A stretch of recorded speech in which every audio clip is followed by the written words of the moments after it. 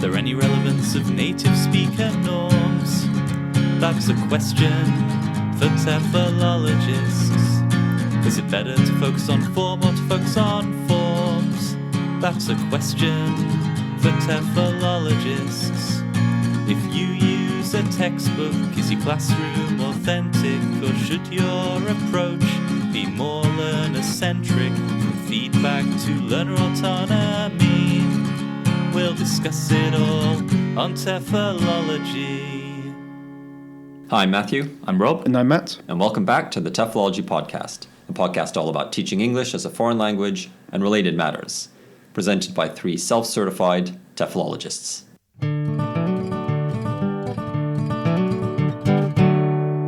TEFL Cultures.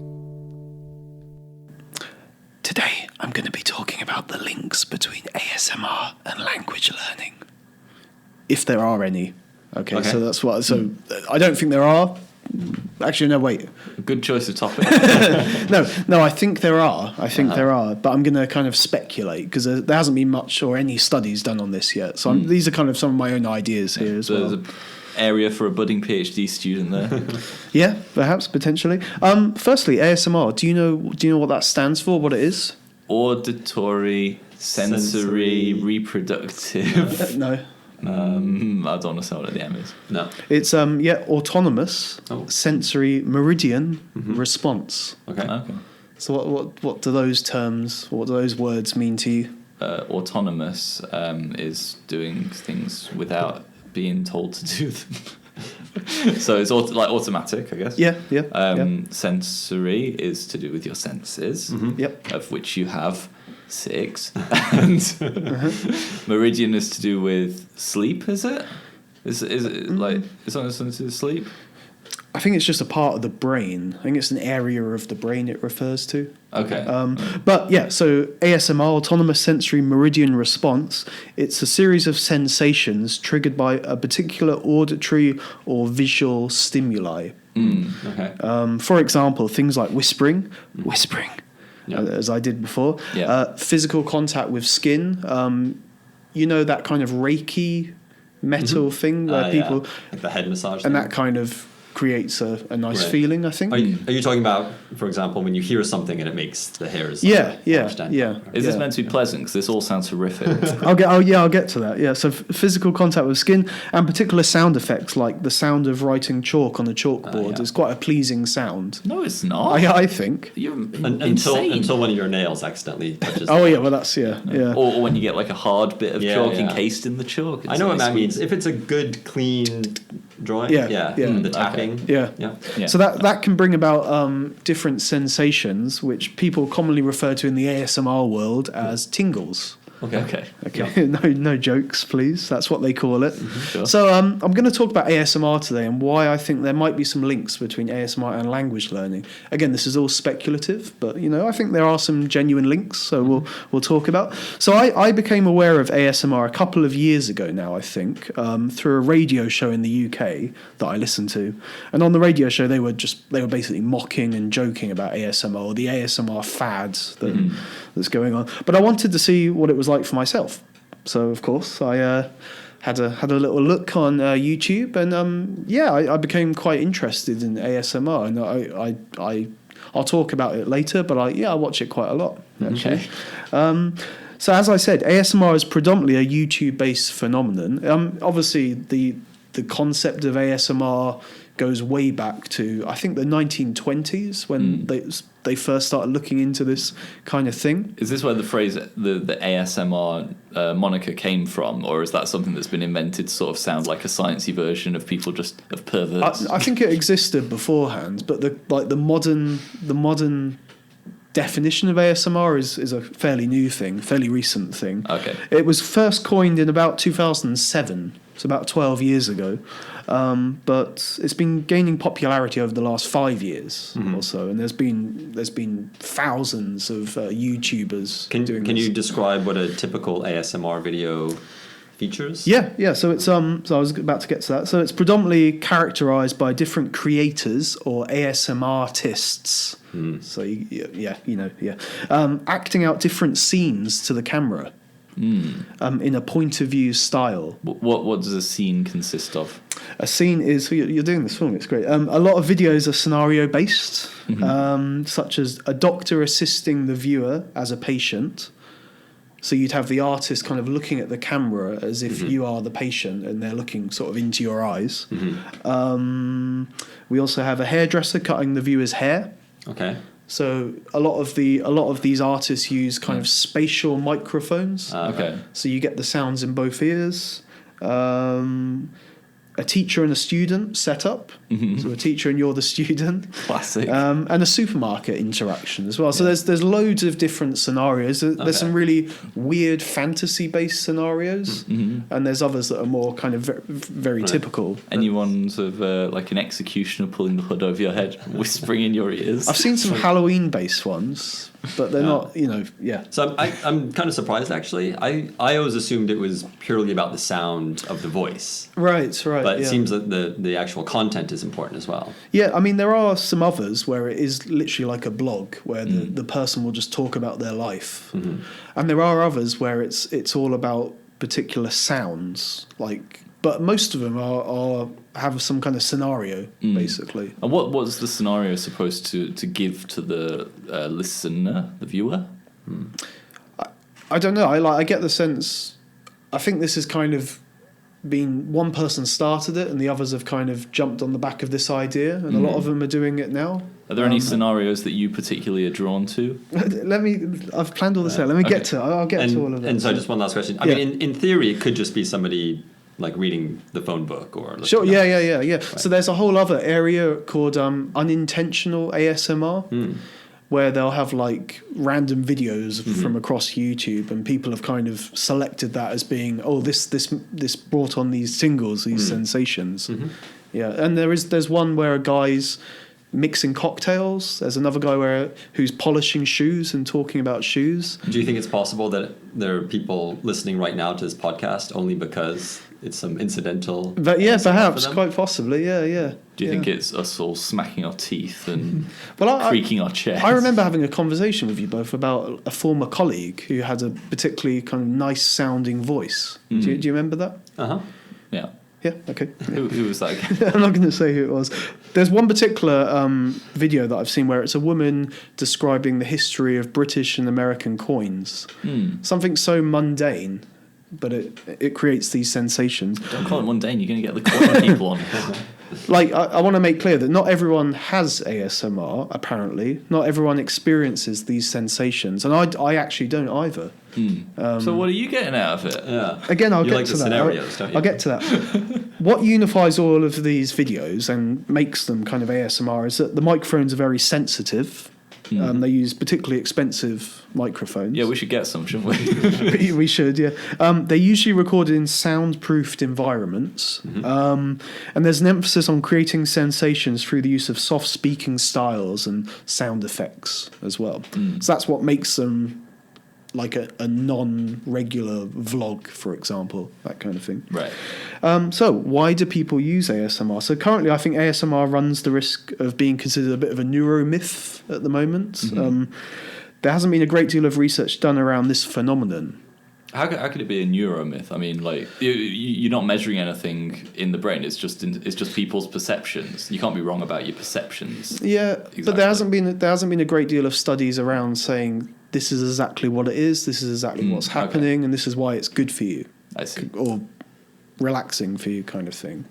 A lot of people use ASMR because they have sleep deprivation, and apparently it makes people fall asleep. People have anxiety, people have stress, that kind of thing. They're not my reasons for listening to ASMR. I found ASMR is really good for when I'm writing something, and I don't want to focus on what somebody is saying. But I need something going in the background, because I think music puts me off when I'm writing, and listening to regular speech puts me off, like a podcast. Puts me off. So I feel ASMR kind of is that kind of middle ground for me, at least. Yeah. There has been a couple of studies. For example, in one paper, the authors point to empirical evidence to support anecdotal claims that ASMR is a tingling, pleasant feeling specific to some individuals, and and that it has a distinct physiological profile from the experience of other aesthetic chills. So they're trying to identify it as a thing in of itself, I guess. A specific phenomenon. Yeah, basically. And there hasn't been many studies, but they've kind of taken off in the past 5 years along with this trend. What are your thoughts on ASMR? What do you think this sounds? Have you both ever watched or seen a video? Only the ones you've shown me on your phone. Right. Okay.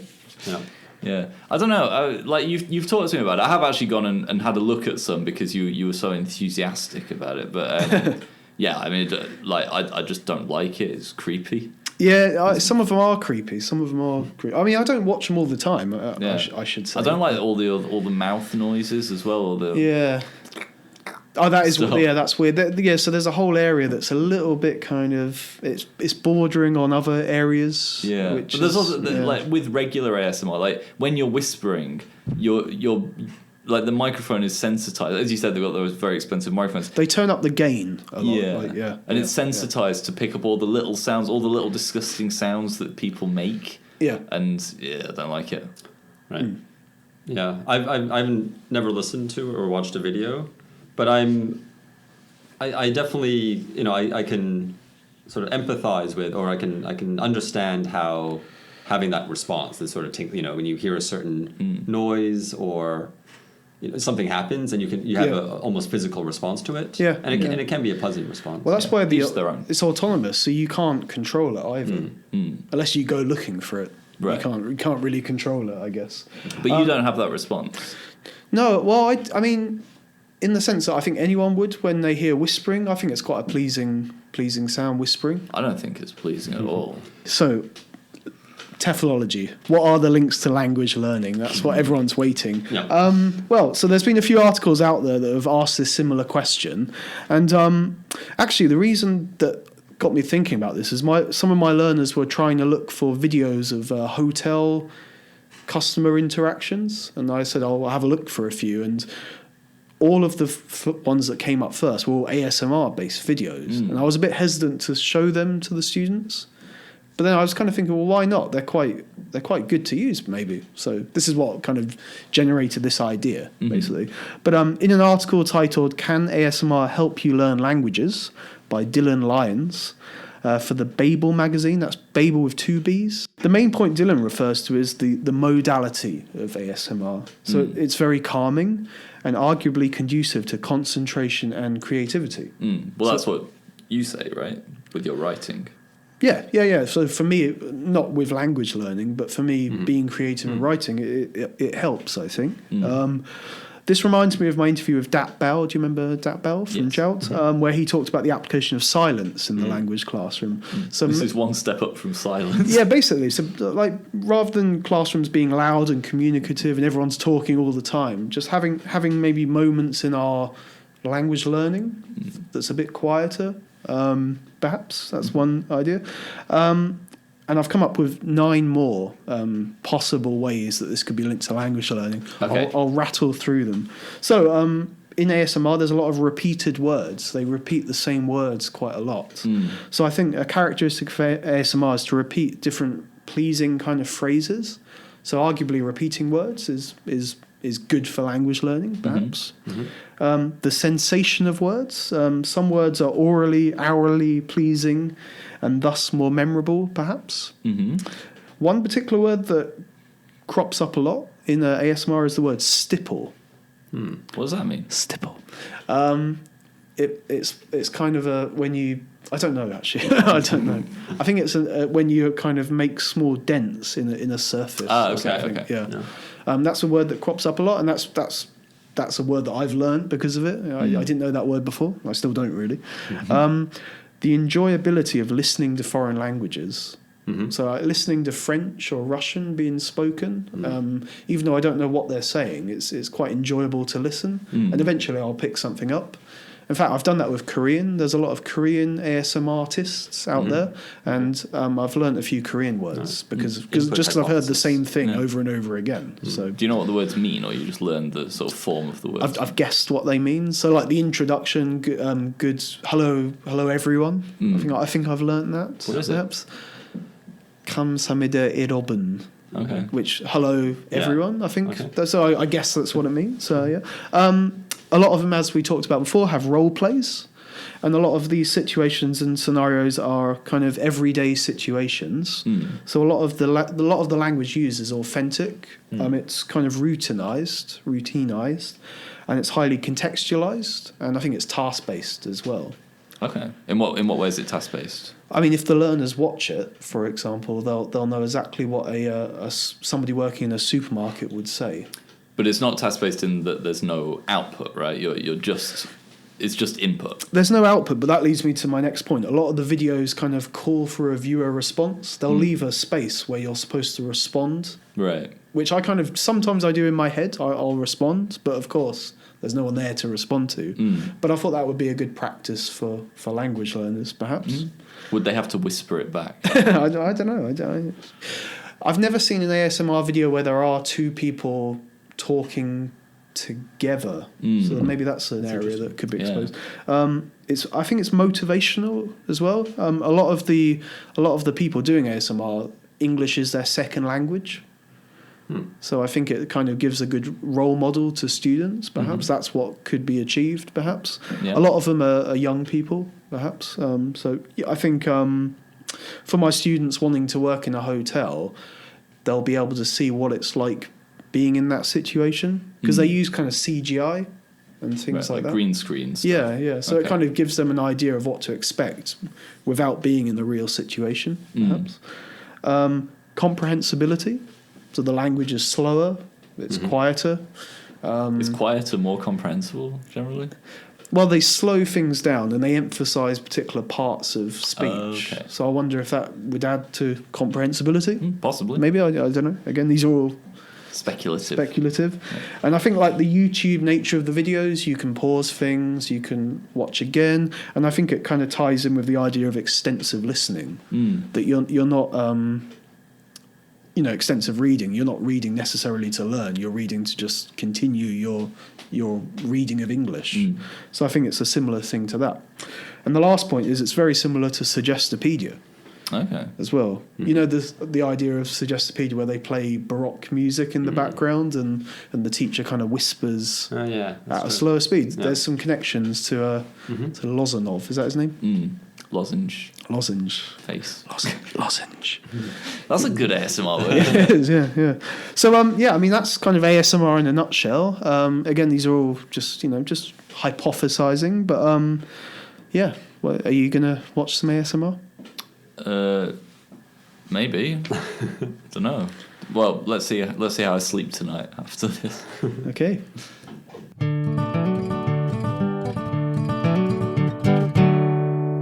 TEFL Pioneers. For this episode's TEFL Pioneer, I'd like to talk about A.N. Whitehead. And Whitehead. And Whitehead. No, it's a Whitehead. Oh, sorry. A. Whitehead. ALFRED North Whitehead. Are either of you familiar? Did he co-author Principia Mathematica with Russell? Is that right? That's right. With Bertrand Russell. Yes. Yep.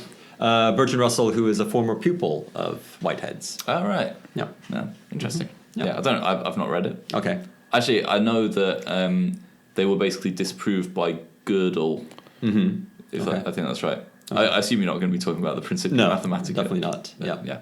Okay. All right. So I'll start with a little biographical information.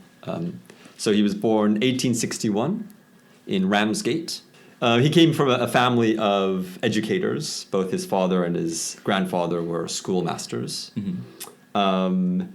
He was an excellent student, excelling at mathematics, as you can guess. And he went to Trinity College, Cambridge, to study maths.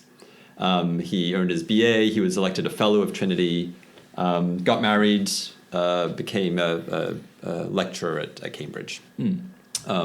And eventually collaborated, as you said, with Bertrand Russell on the Principia Mathematica, which is a big book about mathematics. Yeah, I think they were trying to find a non-axiomatic way, like a kind of a baseline for maths that didn't require any presumptions, presumptive axioms. I think something like that. Right. And then Gödel said, something like that. can't losers, shut up.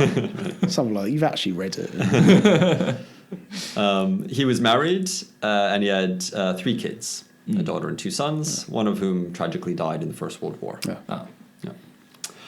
Yeah. So I think most biographies of Whitehead sort of divide his life up into 3 main parts. And so that was the first part, his time up until about 1910 when he was teaching maths and physics. He started teaching physics as well at Cambridge. He then resigned from Trinity, and it seems partly in protest over how the university treated one of his friends and colleagues over a scandalous affair. Who had the affair? And his colleague had an affair. Yes, yeah. Okay. Yeah, Whitehead wasn't involved. Right. Yeah. And so he then moved to London, unemployed, and stayed unemployed for about a year. It took him a year to get a job as professor of applied mathematics at Imperial College London. And he started expanding his academic responsibilities there, became, deans of faculties and various positions. While he was there, he used his influence to create a history of science department and to establish a Bachelor of Science degree. Up until then, you could only do a Bachelor of Arts degree. And he also made the school more accessible to less wealthy students, apparently. While he was in London, he developed a strong interest in philosophy, and that became sort of the focus of a lot of his work during this sort of second phase of his life at the University of London. He wrote a book called The Concept of Nature, about philosophy. He served as president of the Aristotelian Society for a year, and that took him up to about 1924 when University of London apparently basically forced him to retire. Okay. He was in his 60s by then. And then that started the third phase of his life when he was invited to join Harvard University as a professor of philosophy. And so he moved to the US in 24. He wrote a few science, and I think when he was in Harvard, he focused more on metaphysics.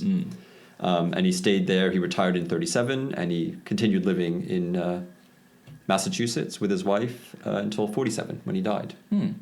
How did he die? I'm not sure, but he asked for all his papers to be destroyed on his death. Wow. Yeah. What was written in those? Yeah. All his papers? You mean all his, like everything he'd ever written? I think just like in his office, like his right, his unpublished That's stuff, right, all his ASMR experiments. So basically he started out as a mathematics professor. He sort of moved into physics and then philosophy and metaphysics. Okay. He didn't really focus much at all on language learning, but he was very interested in sort of philosophy of education. And he did write, he wrote about a lot of different things, but he did write about education. He wrote a book called The Rhythm. Actually, I'm not sure if it was a full book, but he gave lectures and it was written up. Something called The Rhythm of Education. It's a nice idea. Yeah. What do you think the rhythm of education might be about? When to give input and when to sort of Yeah. step off and let kids do stuff. Yeah, like Something the back and forth of knowledge, the Yeah. way that knowledge is communicated. Yeah. Okay. Negotiated. Yeah, you're sort of in an interesting area. With some music. Yeah, with some music. No music involved. But one of the things that he wanted to get across was the idea that education as it was, I think he was looking at primary, secondary, tertiary. But he felt that education as it wasn't addressing the fact that students maybe are asked or being taught things which they're not ready to learn, or the other way around. They were ready to take on stuff that they weren't being taught yet. Right. And this reminded me, a little bit of, in terms of language teaching, the idea of a sort of natural order of acquisition. And the examples he used for this was the idea of an infant learning its first language, and how not knowing what's really going on in that first language acquisition process, you would think the way it's done is impossible, and providing all this input, there's no way the baby should be able to do this. But it can. And he thought maybe that could be applied to learning other things. basically he said that, you know, starting with the easiest thing and then working your way up to harder and harder things is maybe not the best way. Okay. You know, so maybe occasionally like throw somebody into the deep end. Yeah.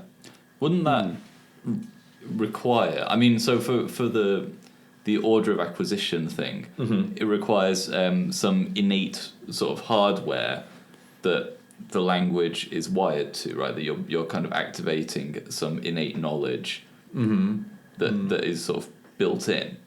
So wouldn't that mean that it would require us to have some innate knowledge of every subject in that case? I don't. Maybe analogizing it in that way isn't what he meant exactly. But as an extreme example, like you wouldn't expect somebody to be able, you wouldn't ask them to, you know, read a Shakespeare book or a play before they know how to read. Right. But then he says, you know, but just because they can't read it doesn't mean that they can't think about it or think about the concepts involved. Okay. But moving on to the rhythm, his main point about the rhythm of education was he felt that education basically required 3 stages. So the first stage is the stage of romance. Ooh. So this is these are 3 stages of what he calls a sort of cyclical or the cycle of education. Not romance in terms of Romance the language. affairs previously spoken about. No, right? not that kind of romance. The way you're like kind of talking up a subject. That Yeah, kind of, basically, like, yeah. So he talks about sexing it. up. He talks about it in like the phrase he used. He talks about it in terms of well, actually, the first thing is the stage of first apprehension, and I think it means sort of apprehension as in like grabbing it, not necessarily being nervous about it. Right. Right. But he talks about when the subject still has the vividness of novelty. There's a free exploration. It's initiated by wonder. So yeah, just like you were Okay. saying. Yeah. You know what he talks about is it's the teacher's sort of job to create that sense of romance or that sense of wonder in the students about the subject. And he says this is the first thing you should do. Right. Yeah. I wonder how easy it is to do that for a language teacher. You know, it said that language teaching differs from other types of teaching because you are teaching both the medium is the same thing as the subject. So until you've taught them the language, if you're using the first language, if you're following the current principles of how to teach languages, if you're using the first language, then how do you create that sense of wonder if you don't have a separate vocabulary to express it?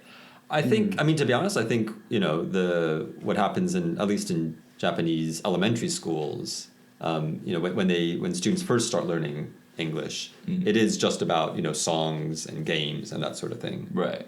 And there's, you know, they're not expected to read or write anything. They're not tested on any of it. It's just, this is, you know, another code. Okay. It's all. I mean, there's an article going around at the moment, like education is performance. I haven't read it, Yeah.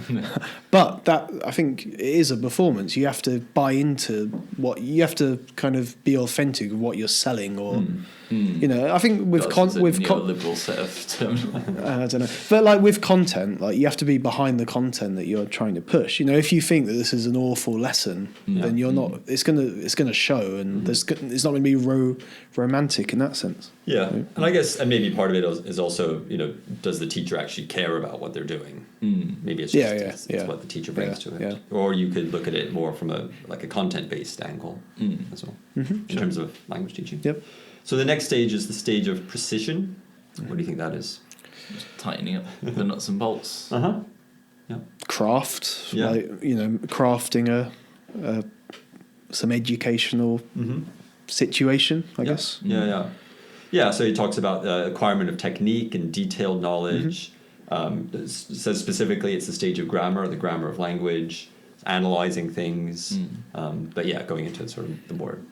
Are these really separate stages? I mean, like, do you start by hooking the students and then say, and now for the really horrible stuff where I'd want to see these being constantly, you know, being mutually reinforcing. Yeah. I think they're intertwined. I don't think it's like first we're going to romanticize, then we're going to... Yeah, I'll get on to that. Okay, he addresses that. But I Smart think, guy. Yeah, right.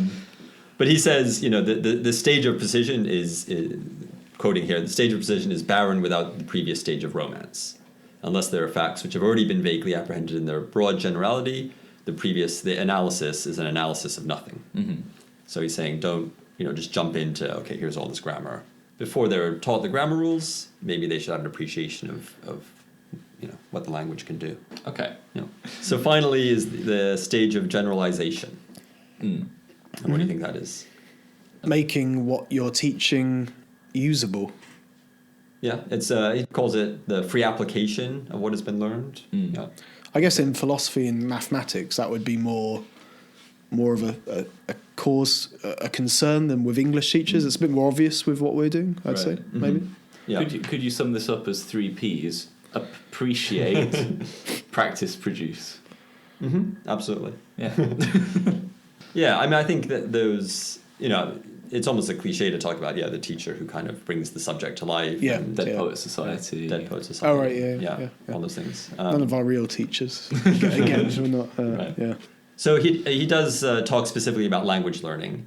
What's interesting is when he talks about language learning, he talks specifically about, obviously, English-speaking kids developing their command of English, but also developing their understanding of French and Latin, which I guess were the main sort of foreign languages at the time. Right. He does, when he sort of goes into a bit of detail about it, he does seem to tend to focus a little bit more on the, I guess, the precision stage. Mm. But I think still with an understanding that that precision stage is there for helping the students appreciate the language, Yeah. as you said, and maybe practice it. He had some interesting things to say, I thought, about university education as well, which is and I think it kind of fits in with what a lot of, especially here in Japan, a lot of the things we hear about the purpose of a university education, which is basically understanding that what the students have done in their secondary education doesn't need to be rehashed and redone. This is the stage where they've learned all that stuff, and now I think maybe making it more of a generalization stage, and having students think critically about things. Right. Yeah. I don't know. It kind of makes me think of I see and where I work now, English education. We're still given textbooks to use, textbooks full of grammar activities. And I think, I wonder if that is the best thing for students at the university level. Right. I mean, students often say, I want grammar, I want to do more grammar. Like, how many times have you studied, the third conditional? Do you really think this time it's going to stick? Exactly, yeah. So I don't think, they say that, but I wonder why they say that. Well, I think they want to learn whatever they feel is missing, but maybe what they feel is missing isn't what's actually missing. But I think what they mean is they want more structures in order to produce more meaning with their English. Is that that's what I want to be able to do more with my English? Yeah, I think basically that's right. what. And they see grammar as the shortcut to that, but it's not yeah. necessarily, Yeah. So I'll read a quick quote of what he said about this. He said, during the school period, the student has been mentally bending over his desk. He says, at the university, he should stand up and look around. For this reason, it is fatal if the first year at the university be frittered away in going over the old work and the old spirit. Okay. Yeah? Yeah, Agree with that? sure. It goes on, at the university, he should start from general ideas and study their applications to concrete cases. A well-planned university course is a study of the wide sweep of generality. Yeah. But he goes on, he says, I don't mean it should be abstract in the sense of divorce from concrete fact, but that concrete fact should be studied as illustrating the scope of general ideas. Okay. I'm not sure, maybe I'm not understanding, but like, he's coming from a background in metaphysics. What concrete reality is he talking about there? But not only metaphysics, also from sort of hard physics and sure. Other things. And, non-axiomatic mathematics. Right. Yeah. Yeah. Well, I just wonder, like, how is he applying that to all subjects, or does he mean something a little bit different in terms of the concrete? Does the concrete also refer to the conceptually concrete or something like that? I don't know. Yeah, I wonder. I think his journey from physics to metaphysics, I think maybe even when he was interested in metaphysics doesn't mean he's forgetting about the physics part of things. Okay. Yeah. Got to base your metaphysics on your physics. Or the opposite. Or vice versa. Whatever the hell metaphysics is. Right. Yeah. And then just to come back to your point earlier, right at the end, he does a little caveat.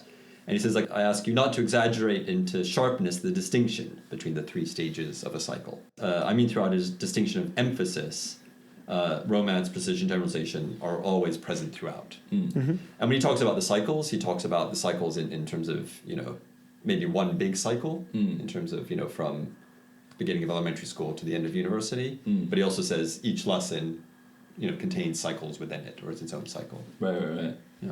So he just talks about an alternation of dominance. So kind of mixing board metaphor, I guess. Okay. Yeah, I've been reading recently some stuff about dialectics and things like that. And one thing that comes up again and again is this idea of the philosophy of internal relations, that things aren't neatly separable out into their own, into individual pieces. They're all internally related together. Yeah. But what you can do in order to think about them is abstract certain points in the process in order to think about it properly. It sounds like that's the kind of thing he's talking about. He's envisaging this as a process, but he's abstracting at certain points so that we can, comprehend it, because otherwise it's not comprehensive. The process itself is not comprehensive unless you find a way to break it down into manageable pieces. Yeah, I think so. I mean, I think he's best known for his sort of philosophical work, where I think he was focusing much more on an experiential view of the world, like a lived view of the world. Right, lived experience. Lived experience. Okay. Yeah. So that was this episode's TEFL pioneer, ALFRED North Whitehead.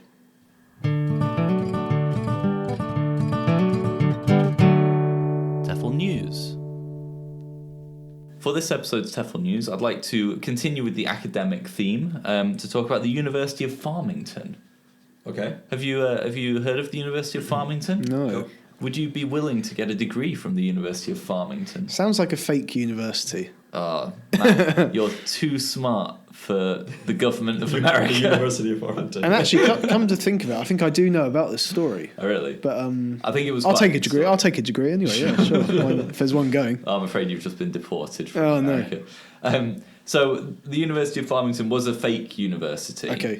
It was set up as a sting operation by agents of the U.S. Immigration and Customs Enforcement Agency, which is ICE, as it's often angrily shouted at politicians. This was called Operation Paper Chase. And the goal was to crack down on illegal immigration by people misusing the student visa system to enter the country. Right. So this was reported in EL Gazette, and then I went and chased down various other sources. Paper chased. I did. It was a real paper chase. And so what's kind of interesting about this story is the goal of the government, the success, and the controversy which has arisen off the back of that. So first I'll just kind of explain what's resulted from this, and then maybe we can discuss a little what we think about the story. So the goal was to first catch students who would be willing to, fake students who'd be willing to pay to get a visa to enter the country or to remain in the country, but not actually study. And the idea was that the students knew they weren't going to be studying here. Right. Sorry, can I just quickly ask? Yeah. It's both students who were planning to enter or were already there? I think so. So the news reports I read were not completely clear, but it does sound like there were a lot who were residents, but also ones who intentionally travelled to the US. So I set up this front, this university. Yes. Right. Okay. Yeah. Okay. And so the secondary goal was to catch recruiters who profit through this kind of scam by making fake visas, essentially fake visa deals. Yeah. So the operation has identified over 600 individuals, including 8 recruiters who are all Indian, and 130 students, 129 of whom were Indian, who will be prosecuted and possibly deported. Yeah. The operation ran from 2015 to 2019 before it was unsealed by the government, which was in January of this year. What have these students done wrong? So you're saying they knew that this was a fake university? I'm not saying that. The government says that. Right. Okay. So they weren't duped into. They weren't kind of what's the term? I'm not saying that. The government's saying Okay. Yeah, so I mean, well, just on the face of it, what do you feel about this kind of sting operation? Are you pro, anti, neutral? I mean, before I take a stand on it, I remember when I moved back to London after not being in London for a while, and looking for jobs in London and interviewing somewhere on the Oxford Road. And the interview, they had my CV, they didn't really ask me any questions. And the guy eventually, after 5 minutes of chatting, the guy said, to be honest, you're not going to have to teach anybody. As long as you're here. Some students might show up, you can teach them if you want to. Right. But it's also likely nobody's going to show up. I went and got a real job in London, but the whole time I was there, I'd hear stories about those sorts of places.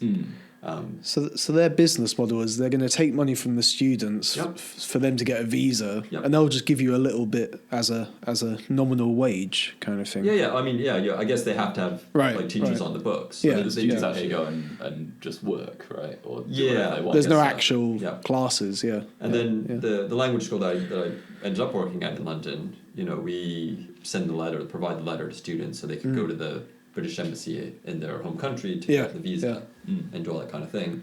But we had to, if we had students who came and then didn't show up for classes, obviously we had to make that known. Right. Yeah.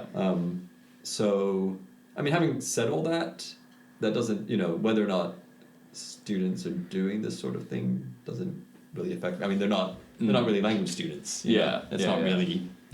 There's no real crossover with what we do. In a sense. What do you feel about the morality of setting up this as a sting operation? If you catch people doing it, that's one thing. Yeah.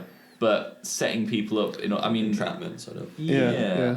Well, I think if they set it up to look like a genuine, real university, and the students thought that they were buying into a real degree, then on their part they haven't done anything wrong. The students, but I think at presumably, they would at some point make it explicit to the students. Well, okay, so this is where we get into the controversy. So the Times of India, the newspaper, has alleged that the sting may have been too convincing, and that while some of those identified may have been using the university as a gateway to illegally migrate to the US, others may have been innocent students who were fooled by the school. Right. People who worked in the university said students were inquiring about opening and closing times, trying to find information about the school, and were looking for people from admin and management. And one employee claims that students arrived with backpacks asking about classes. When I say employee, they did have some people sort of involved in it, and the university was kind of, I think it was set up in a business park or something, so other people saw what was happening. There have been various lawyers who've said, these weren't criminals. These students were trying to get into a university, and they were just tricked, essentially. As I said, most of the students are from India, and the Indian government, actually asked for immediate access to all the detainees. They're obviously not considering them, criminals that in the way that they're being accused. And also, Indian diplomats have visited 36 detention centres across the US to visit these students, which is highly unusual. Yeah. Surely they're fighting the wrong battle here. Surely the government should be ICE. They should be going after the people that are scamming the students in the first place, rather than scamming the students themselves, which is kind of what they're doing in this case. Well, they are. They, as I said, they were trying to catch recruiters as well, and they did catch those recruiters, the visa brokers, and so on. So they did target both. But the controversy is no one really cares about those people. The controversy is that it seems like some students might have actually signed up by accident. Right. And they were. The EL Gazette notes that a previous Homeland Security sting set up the bogus University of Northern New Jersey, but that was a far more obvious pay-to-stay operation. Farmington, by contrast, may have been too convincing, resulting in the ensnaring of innocent students who believed they were enrolling in a genuine university. Yeah, I guess you've got to leave a little kind of hint that it's not a real university in order to wheedle out the ones that actually do want to study. Exactly. I wonder if this is a bit of overzealousness that's resulted in them, perhaps. I mean, we don't know the facts. These are all allegations. but possibly catching students who were not trying to break the law. They were trying to be genuine overseas language. I wonder how far they go, like actually recruiting real teachers. And I don't know. It could actually be a real university in the end. Well, apparently they did have some people on site. Like the students had trouble getting hold of management, but I would assume that means that there was, more, that it wasn't just a website. There was an actual site, and things like that. I mean, how much money do you really want to pour into this system? So this doesn't really affect us, but I don't know. I think it's a little bit troubling for as you said, there is an issue with people using language study as a way to enter a country, and I think it's kind of okay to crack down on that. But I don't know. I'm kind of uncomfortable with this guy, as you mentioned. It feels a bit like entrapment. We're going to try and find people who would be willing to do this potentially, and then we'll make them do it, and then we can arrest them. I guess in a way, Japan's not exempt from this kind of thing, because people do come over to Japan to learn Japanese in order to stay on and work. But I think recently, there's an influx recently, or that's going to happen soon. But there's talk of them already being exploited as well. That's a whole other issue, I guess. But no, I think there's a lot of the Japanese universities now are, because of declining numbers of Japanese students, they're trying to get more international students. Part of it is how you feel about immigration policies in general and that sort of thing. But as 3 immigrants sitting in this room. So I think this is an issue for the industry to think about. And obviously you act in a principled way. I'm sure there are plenty of people who wouldn't have done that, who would have taken the easy money. But it wasn't much money. So. But any money's easy if you're not working. That's true. But I'm not convinced that this is necessarily the best way to go about it. Essentially. If readers or listeners are interested, then the Times of India story, the links to a few other articles, and the EL Gazette story which inspired this section will all be in the show notes. So that is this episode's TEFL News.